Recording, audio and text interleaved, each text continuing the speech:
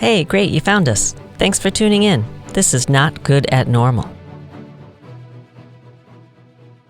Thanks for joining us. This is T with Not Good at Normal, and I had something different today, just a little quick drive-by, like a drive-through history. And you can take that two ways.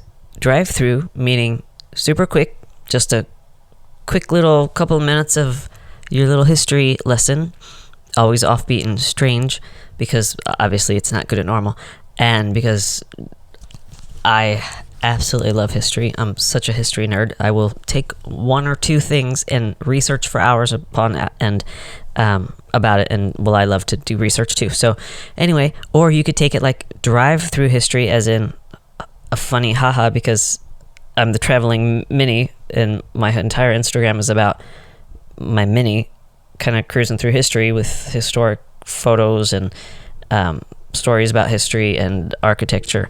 So take it any way you want. I'm just going to call it a drive through history, because as T and driving through history with the most beautiful car in the world, Ms. Hyde, the pepper white convertible mini with turquoise accents, you won't find another. You will never forget her. She's unique, just like I am. So sometimes when I am driving around the city that I love, city of St. Louis, and yes, St. Louis is beautiful. Don't believe any of the horrible press about it. I feel very comfortable and confident driving in my convertible in all areas of the city, also walking along streets in all parts of the city. So sometimes I drive around, and when I have the time, I take time and I look around at all the architecture and notice all the various differences in the different neighborhoods. And I think about the people who live there now or work there, depending on the type of building or if it's a residence. And I think about the people who used to live there maybe long ago, as like a drive-through history, as if you will. I was just north of University City, and there were some big, beautiful homes on one side of the street, and on the other side, the similar type of homes, but they were made into like split family or multifamily apartments. And so obviously the one side was taken meticulous care of, beautiful lawns, landscaping, everything was great. And then the other side, you could tell just the bare minimum was done, because why spend so much money? They're just apartments, right?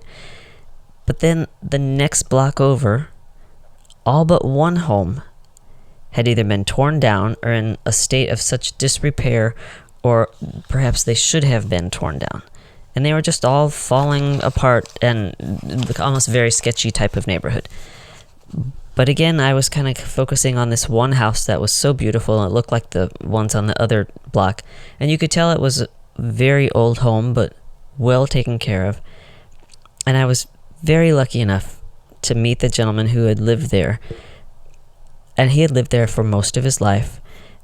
And he was alone, he lived alone. But you could tell he loved this house so much. And he was very proud of it. And he told me that his neighborhood used to be so wonderful, and families and everyone got along, and he loved it so much. And he loved his house. And when he first moved in there with his wife, it was far different than it was today.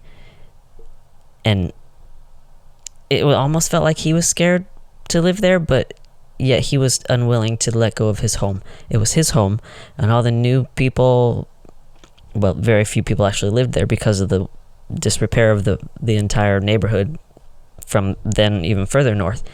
But he was still proud to live there and call St. Louis home, even though it just was not much of a neighborhood anymore. But he told me about what his life was like and how he loved it. And that's part of what I love about history, is the living history, the part where you can talk to people and see what it used to be like, what their lives were like, how they lived, and how they worked, and how proud they are. That's living history to me. And when I get to drive by and see how beautiful it is and see people and stop and talk to them, we're all neighbors. And that was really an exciting time. Another time I stopped and talked to a guy I was taking pictures of ghost signs, and he had lived in this area for several years, and he never even realized that there was a ghost sign across the street from where he lived. It used to be a bar of some sort, and it was converted into a home. And there was a ghost sign, and he didn't really even know what the concept of a ghost sign was, because let's face it, most people don't realize it, don't know what they are, they pass by all of their lives and they don't ever notice anything. And he's like, oh, that's pretty cool. I'm going to start looking for them, which is really awesome, because everybody should stop and smell the roses, as so to speak. Stop and see what is in their own neighborhood, in their own city. Maybe we would appreciate it more. Maybe more people would love where they live. Look around your own place, your own city, and see what you can do to change it, or change your mind about it, and love the history. That's what makes it.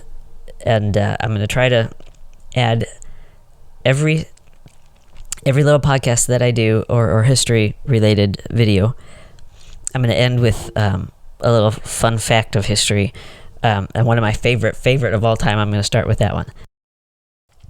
So there once was a United States senator, or perhaps he was just a state senator. He was from Texas, and it was like the year 1896, somewhere in there.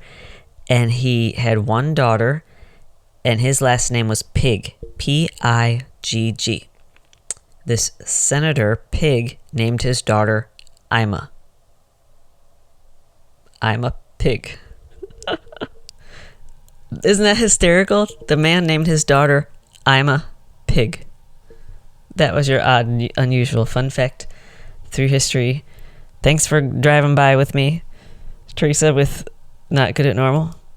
Stay unusual and unique, as always.